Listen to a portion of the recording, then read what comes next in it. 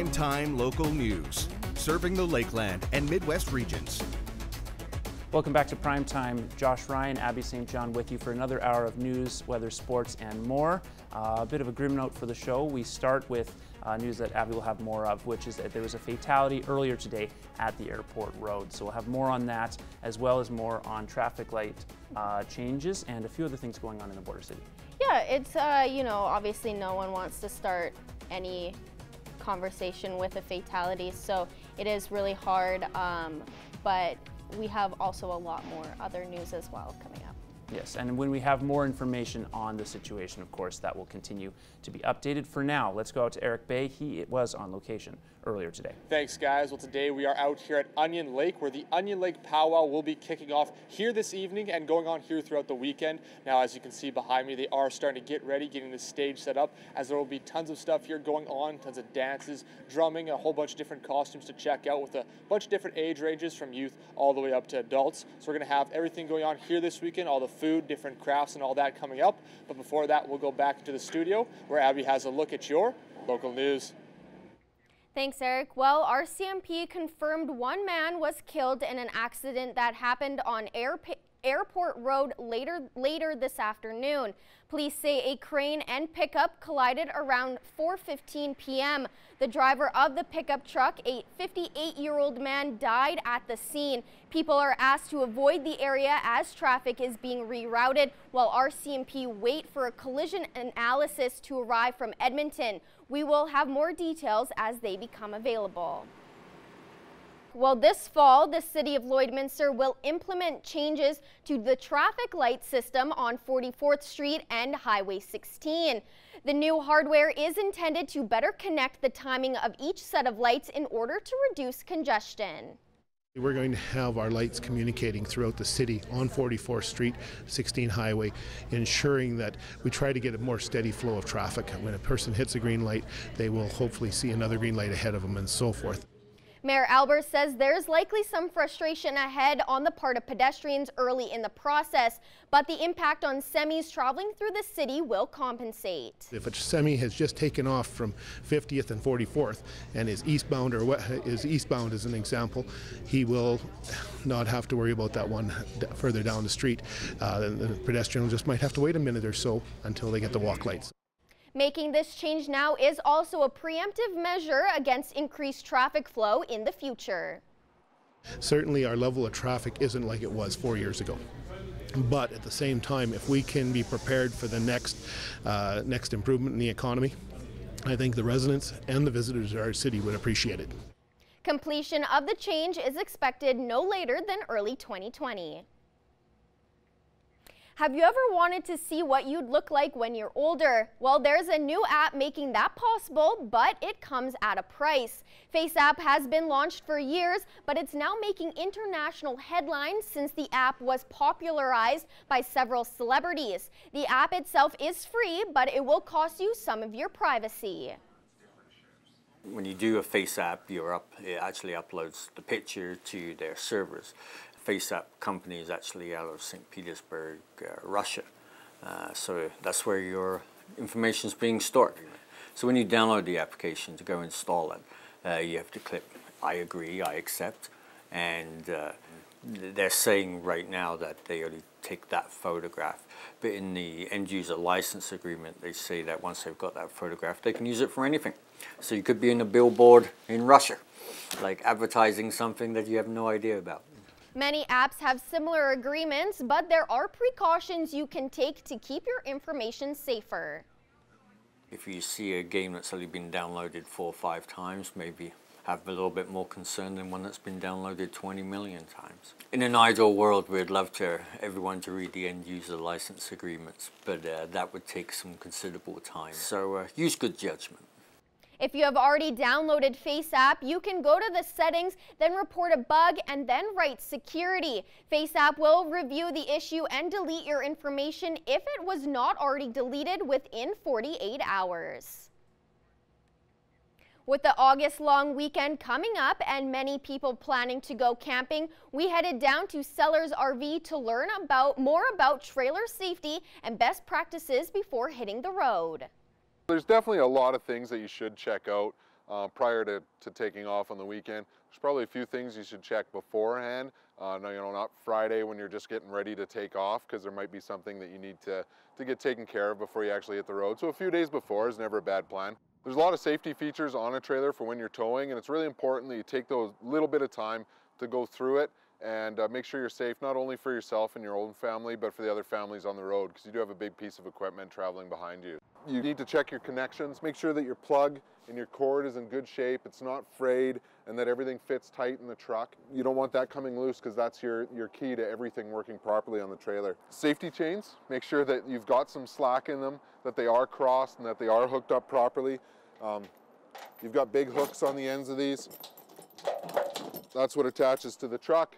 You want to make sure that those are hooked up properly before you leave, and make sure that your coupler, once on the trailer, is in a closed position and you have a pin through so that it can't pop off on you. Just have a look around your wheels, make sure everything looks good there. You can usually tell right away if they're underinflated, but having a tire gauge to just check and make sure that they're at the proper inflation so you don't have a blowout or any problem that way. It's only going to take a few seconds, and you can always run to a tire shop and add a little bit of air to them if you don't have a compressor. Certainly a really quick safety check you can do, because it is important that other people on the road know what you're doing when they're traveling behind you, is checking signal lights, brake lights, and clearance lights, especially if you're traveling at night. That way you're highly visible to everybody else on the road. If you're by yourself, I mean, just throw on your four-ways, come around the back, make sure everything's lit up the way it's supposed to. Turn on your headlights, all your clearance lights should come on at the top and around the front of the trailer. And if you got somebody with you, it's super easy. You just stay in the truck and they'll give you the wave when it's all working. What I do is I get about a block from the house, get a little panicky. Did I do everything? I stop, do one more walk around, make sure that stuff's all hooked up right before I get on the highway. So check it once and then check it one more time. You'll be good. Now we're going to Eric Bay, who is on location today. Again, we are back here where the Onion Lake Powwow will be taking place here starting tonight, and Bruce Woodstone joins me now. So first off, can you tell us a little bit about the powwow and what all you guys have going on? The Onion Lake Powwow has been going on for years and years. This is the probably the 14th year in this site, but we had our powwow in 2 other sites before this. And I was the powwow president over there in 1971 to 1982. Then I quit for a couple of years, then I came back probably 15 years ago to be running. So I've been running it since. And right now we're kind of expecting probably anywhere from 5,000 to 6,000 people this year again. So, which is a huge amount, but we're okay with that. Yeah, no, definitely for sure. I bet a lot of people for sure. So you mentioned since 1971. So have you seen kind of maybe a growth over those last few years, or what's it been like? It goes off and on, because there's quite a few other powwows happening in Canada and also in the U.S. And they're into using big money out there. So that's what we're trying to do. But we have our prize money, that what we go by and how we pay for our drummers and dancers and all our veterans and stuff like that. So it's been good. All right, thank you so much for this. We are going to have some more back from here, but before that, we are going to head back into the studio. Current weather conditions continuing to develop. As you can see here, a severe thunderstorm watch is back in effect for northeastern Alberta, outside of some areas in the Lakeland region. Bonnyville just inside the area. Lac La Biche at the moment safe, but basically everything else in the Midwest and the Lakeland region under that thunderstorm watch. A severe thunderstorm warning also in effect for areas south of Edmonton, including Leduc and Beaumont, as well as further out west on your map there. Clear at the moment on the Saskatchewan side of things, but as these clouds continue to make their way east, the conditions could change for the worse there. 19 degrees, the current temperature, with a fair amount of cloud cover and continuing to get darker as the hour has progressed. That shouldn't change much over the next hour. We'll continue to monitor that. 30 and 6 were your records in 1983 and 1993. Very different days back in those years. Both great movie years, certainly in history. Return of the Jedi, 1983 rather, and Jurassic Park in 1993. Winds at the moment are calm coming out of the southeast. Expect some pickup over the next hour. hour or so. Current temperatures throughout the rest of the region. Vegreville sitting at 20 degrees. Edmonton is also at 19. 21 up in Lac La Biche and in Bonnyville. On the Sask side, Isla Cross still the warmest at 23 degrees. Green Lake at 20, Meadow Lake at 22, and St. Walburg at 20. Further south you go, the more it cools, with North Battleford at 14 degrees, Provost at 15, and Macklin at 13 degrees. Now your 3-day forecast for Lloydminster, 21 and 11 expected tomorrow. A chance of showers once again, though more sun forecasted now with wind coming out of the northeast. Again, fairly calm winds overall. We were expecting the weekend to be a little bit gustier, but instead wind should be around the 9-10 kilometer range. 24 and 11 on Sunday as the wind will shift to the southeast. A fair amount of sun, though a mix of cloud as well. Then 27 and 12 on Monday. A warm couple of days expected after that.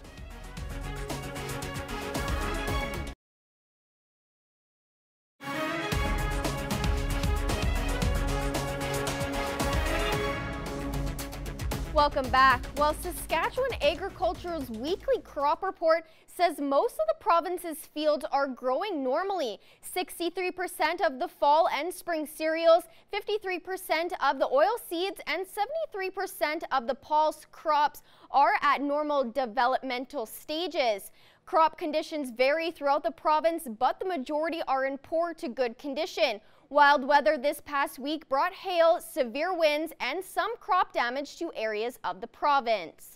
And crops in all 3 prairie provinces have been damaged by hail this month. Companies in the Canadian Crop Hail Association are investigating 821 claims in Alberta, Manitoba, and Saskatchewan. More than half of those claims were made by farmers across Saskatchewan after storms resulted in damage ranging from minimal to heavy. Near daily storms in Saskatchewan produce pea to golf ball size hail and damaged cereals, pulse crops, and oil seeds. And now we're going to take a look at your egg prices.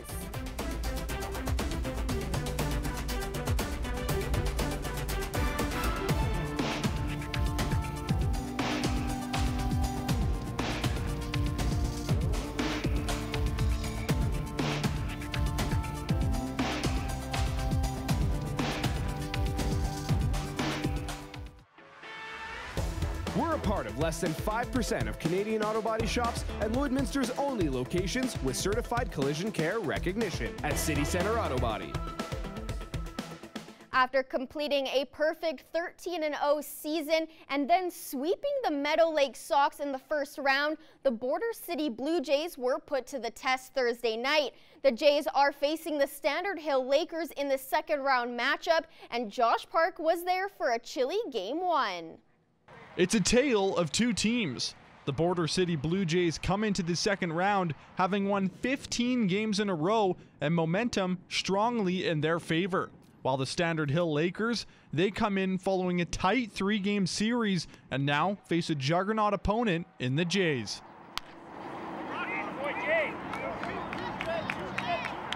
The 2 teams met once in the regular season, with the Jays taking a 9-4 win. All that was probably enough evidence for a lot of people to already write the story of this series before the opening pitch. Well, think again. Thanks to a strong pitching performance from the young righty Caden Gallen and a healthy night on the bats, the Lakers were able to shock the Jays on Thursday night with a 5-3 win and take a 1-0 series lead. Very good, yeah. The guys played really good and Caden pitched really well, and so we had a good timely hits, and that's the way she goes. A 4th-inning home run from the man you just heard from, Colby Janis, was the difference in the game. And for him, hitting dingers in Lloyd just seems to come natural. It was good. Got a good pitch to hit, and I put a good swing on it. Every once in a while, it always seems to happen in Lloyd, though, in a big game. For the Jays, the opening game of the series serves as a gut check after not losing all season. And for the team, they know cashing in runners on base will be crucial to a bounce back in Game 2. Yeah, I think we left 12 runners left on base, so that hurt us a lot, especially bases loaded, none out early in the game. So we got up early, 3-0, and we kind of sat back and I thought we were a little too casual. An undefeated regular season could fall for nothing if the Jays are unable to solve the Lakers in the next matchup. Both teams will now have some time to rest and get ready as the first pitch for Game 2 comes next Tuesday in Standard Hill at 6:30. Josh Park, Primetime Local Sports. Now we're going to Eric Bay, who is on location today. Once again, we are back here where the Onion Lake Powwow will be taking place here tonight. And now I'm joined by Charles Tailfeathers. And now we just saw a flag raising ceremony. So you can explain a little bit about the ceremony and the significance of it. Since the time of the coming of the here in Canada about 400, 500 years ago, the dominant society took over the people's grounds and their ceremonies as far as that is concerned. The flag resembles the Indian people that went into war under that flag, like a Canadian flag, an American flag, any other flag. And we're recognizing those veterans that are still living, and those since the time of Scout days from World War I all the way up to this day. Those that died in service, that never came home, so we recognize that under those particular flags. So that's the ceremony. We recognize that, but no one else does in our. And now you're coming up here from Montana, in fact. So what's it like, I guess, maybe traveling around to these different powwows and the importance of it in the community? Well, powwow is not really the word to do like what's happening here. This is a celebration. It's they do this anywhere in the United States or Canada. They celebrate the life that they made throughout the year, and then they celebrate that spirit because of losses and all of that. And so the powwow is a Hollywood version. So the real thing is the name is a celebration, because this is a different thing. Ceremonies, this is not a ceremony, it's a place to celebrate. So that's what you're going to be experiencing here tonight.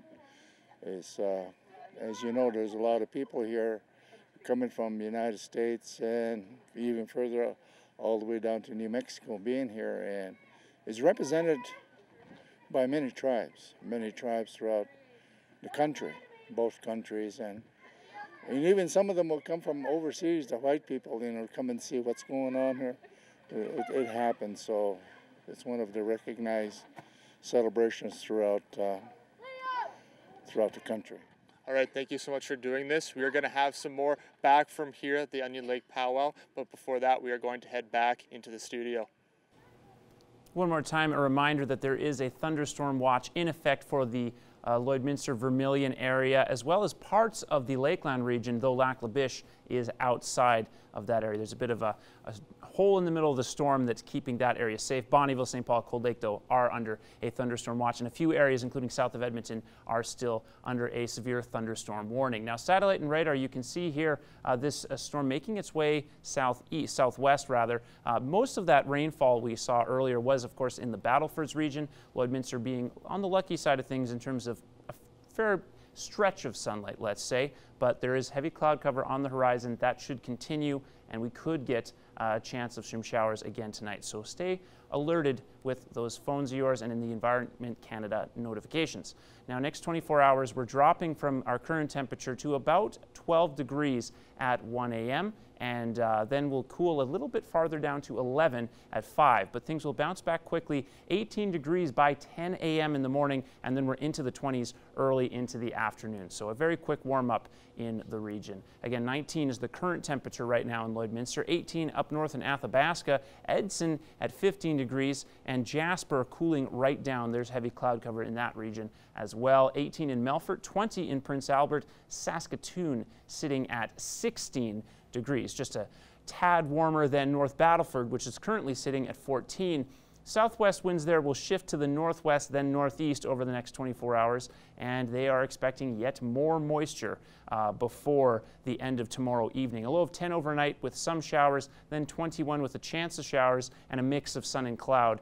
Again, 21 the high there. 21 is also the current temperature in Cold Lake, where they are experiencing some rain and a little bit of thunder there. 12 overnight with the low rather overnight. North winds shifting from the east. That'll shift back to the east by tomorrow afternoon, where they'll have a high of 23. Again, largely sunny skies, but some clouds to break up the day as well. And then in Lloydminster, 19 degrees.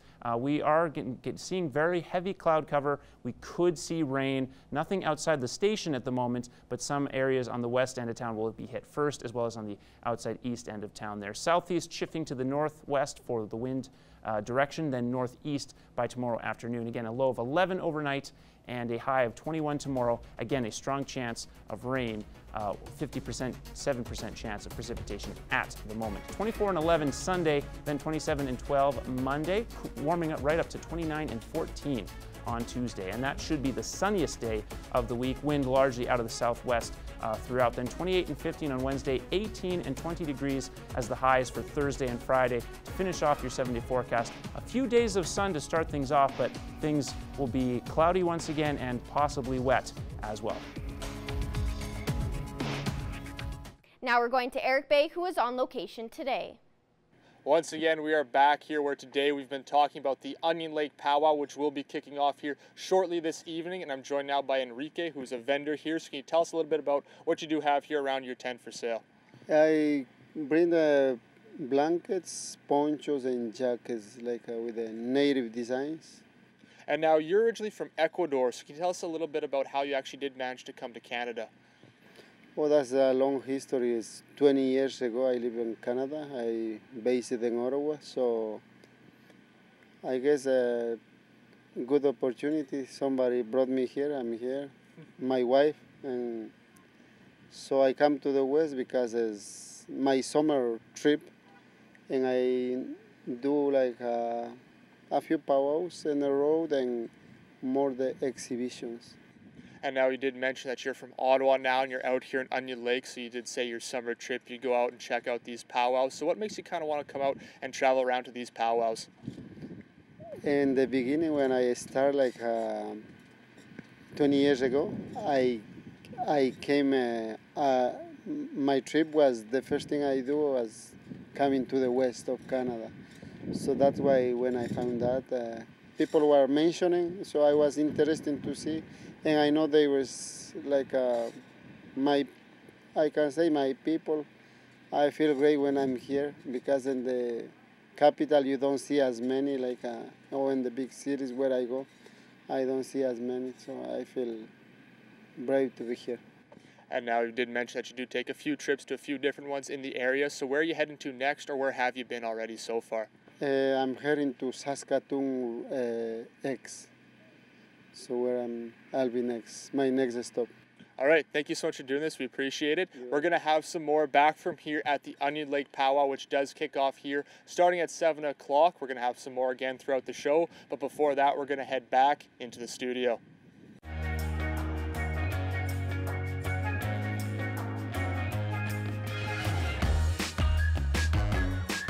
There's no necessarily smooth way to do this, so we have some breaking news. A 58-year-old man was confirmed to have passed away at the crash of the Airport Road that took place at 4:15 this afternoon. We had a crew on scene. We will have footage from the crash later on in this evening. No other information, unfortunately, is available at the moment, so stay tuned as more updates do make their way through. Later on, the cast will also address the question of the day, which was, what is your favorite memory of summer as a child? That's something we'll also get to later on. For now, we'll jump into, again, not a smooth way to do it, but jump into Pet of the Day as we also deal with the thunderstorm that is coming down. Obviously, that's not going to go away anytime soon. Oh, definitely not. You know, we're just dealing with one thing after another, and the rain just seems to keep on pouring, so we're going to have to deal with that as well. So.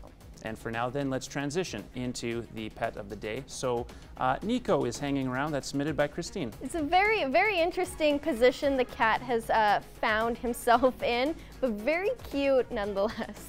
Yeah, Oshie, that's maybe in honor of TJ Oshie, the hockey player. Very, very cute. I think he's licking his nose. Very cute. Perfect capture of a picture. And Jax is upset or fired up about something. I'm not sure which. He looks like he's stretching. That's what I got, but maybe he's trying to bark at a bird or catch a bug or something like that. And Tito, Dodger, and Oliver. Sounds like a real New York gang. Yeah, trio. Very cute, and they look like they have their own individual toys, which is really cute. And lastly, we have Rocky, submitted by Samantha. Very, very adorable dog. Very cute. And of course, remember, folks, submit the picture of the pet along with the name. You can win a free gift card from PetPad. We want to see your pets. Send photos of your pet and their name to our Facebook, Twitter, or Instagram to have them featured on Pet of the Day. Your name will be entered into a weekly draw for a gift certificate from the Pet Pad. We're happy to be joined by our friend Dan Davidson. Dan, it's been a while since we spoke to you last, and it's like you never stop. You're always running, doing something in some different country. Can you get me up to date as to what you've been doing over the past little bit? Yes, and first of all, it's very good to talk to you again. It's been way too long. So yeah, you know, it's been like a little nutty. We've done some crazy things lately. I somehow landed this opportunity to write for Scandinavian pop artists in Europe. So I was in Copenhagen for a week, writing with a bunch of major label artists over there, and then I was in London for a week, kind of doing more of the same. I did write the odd country song while I was there, but a little harder to find, you know, those top-notch country writers in Europe. But honestly, it was amazing to see some of the talent out of there. And I just kind of wandered into some of the strangest scenarios. Like this one guy I wrote with in Copenhagen turns out to have had 7 consecutive #1s, and he like drives a Porsche. He's like the Danish Drake, essentially. Wow. So yeah, I did that, and now I'm back home, and we started the festival circuit, and you know, resume touring insanity. I was on Prince Edward Island last weekend, and then this weekend I was up in Grand Prairie. So it's, you know, there's no real rhyme or reason to this tour schedule. Well, let's talk about the CCMAs briefly, Dan, because the nominations have come out, and congratulations. You're on the list, and some of your collaborators are on the list. Tell me about the nominations. Yeah, you know, it's really exciting. It's my 3rd year participating in the CCMAs. This is my 3rd year getting a nomination. So I think this is technically my 4th nomination. This year it's for Roots Album of the Year. I think it has something to do with me leaning on the fiddle a little bit for a couple tunes. So that's great. I mean, that's really cool, and it's really fun for me to see some of my squad kind of getting nominations too. My fiddle player, Tyler Beckett, is up for one. My video director, Travis Nesbitt, my producer, Jeff Dalziel, my bass player, Curtis Ebner, you know, my management company, Invictus Entertainment. So it's really cool. I feel like our little team is pretty well represented, and maybe we're making a little bit of a dent in this crazy country music business. Now, what about for you, Dan? Have you started looking towards releasing some new material in a, you know, kind of bulk form, I guess, coming up again? Or what's the plan? You still in the writing phase? Yeah, you know, I feel like I'm always in the writing phase. I never get out of the writing phase, but this year I want to do something different. I think times are changing a little bit in the music industry, and EPs and albums, and just like waiting for so long between songs and overthinking things. I kind of want to like go in a completely new direction. I'm having meetings with my team this week, but I want to do something crazy. Like I want to release like a song a month, or, you know, a 3-song EP every quarter, or something like that, just to really give, you know, why not give the people that want to hear the music more music and more content and more videos, and just connect with them more often. So that's kind of what my mode of operation is probably going forward in the fall. And now when you're talking to your fans, Dan, I know even looking at Instagram and Facebook and watching at concerts too, the fans really do like to connect with you, and you know, you see them making all kinds of comments and suggestions for you. How important are the fans to you in this whole process? Oh, I mean, it's everything, really. I mean, as many, you know, accolades and like little one-liners and you know, these metrics that you can communicate to people, and however good that looks on paper, the bottom line is butts and seats, and if people are loving the stuff. So for me, it's like I have to be listening to the fans, and I have to be doing this things that I feel like we connect on. So that's always been really important to me, and I honestly, that's one of my favorite things about being in the music industry, is being able to meet people, make friends, and just connect with other humans. Well, Dan, we're looking forward to whatever you happen to put out over the next little bit. Love seeing the videos. Always never know what to expect with those, which is awesome. And great music as always. And we look forward to you winning some of the CCMA awards, you and your team as well. So thank you for joining us, and we hope to catch up with you again soon. Thanks so much, Stacey, and I like that positivity. Thank you. We're happy to be joined tonight on Primetime Local News by Dave Foley. Dave, hi. Welcome to Lloydminster. Well, thank you. It's lovely to be here. And this is your first time? It is my first time in Lloydminster. Now, people will know you from Kids in the Hall, from News Radio. Yeah. Bugs Life, one of the guys in the newsroom, said Flick. Oh my God, he was my favorite Yeah. character. Yeah. But you've done so many things, and now you're doing Who's Live. Tell me a little bit about what your role is with this. Well, it's basically my role with this changes on a nightly basis because nothing's written. It's a 90-minute improv show, and it's a show that Greg Proops, Jeff Davis, and Joel Murray had been doing for a long time, and they were doing it with Ryan Stiles, another fellow Canadian. And about a year ago, Ryan got sick, and so they asked me, and I flew out and stepped in for him, and I hadn't done improv in about 30 years. Right. And had so much fun that I've been doing a bunch of shows with him ever since then. So do you like being involved in this again, like into the improv where you don't know what's going to happen every night? It's really fun. It was weird flying out to do the first show and realizing I have no idea what I'm going to do. Or if I'm going to be any good at it. Right. And that's the weird thing about improv is every single night you have no idea if you're going to be any good at it. Now, there is some audience participation too. A lot of it, entirely based on it. Do you find that there are some nights where the crowds are kind of like iffy and you guys really have to push it to go on your own, and does that make it more difficult? Or there's some nights where the crowds are a little are reluctant, and that can make it a little harder. Yeah. And then there are other nights where the crowd is overly enthusiastic. Right. And then it's just trying to figure out what anyone said when everyone's all shouting at the same time. Right. But it's either way, it's you get a real feel for the people in the audience, and they're as big a part of the show as we are. So they guide the show, and they set up all the premises. Now, what have you been up to, Dave, in between Who's Live and obviously, Kids in the Hall and News Radio was a long time ago. Yeah. What's been going on in between that time? Well, I've been doing a lot of sort of film and TV acting. I was working with Ken Jeong for a couple of years on ABC doing a show, and then I did a show up here in Canada called Spun Out for a couple of years that ended rather ignominiously, and on CTV Network.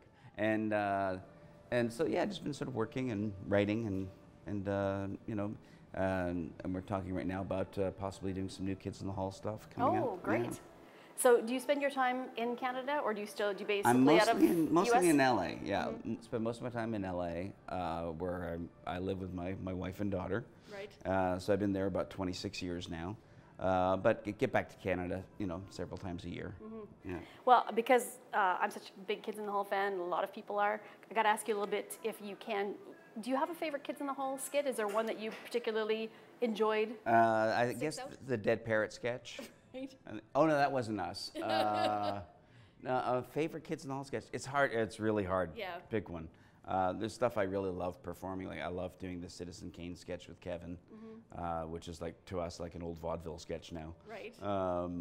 So that's one I really love performing. I love doing Chicken Lady with Mark. There's a lot of sketches I really like doing. Right. So how many more days are you with Who's Live then? How many more dates do you have? We're doing Lloydminster, then we're doing Saskatoon, and then we're taking a few months off.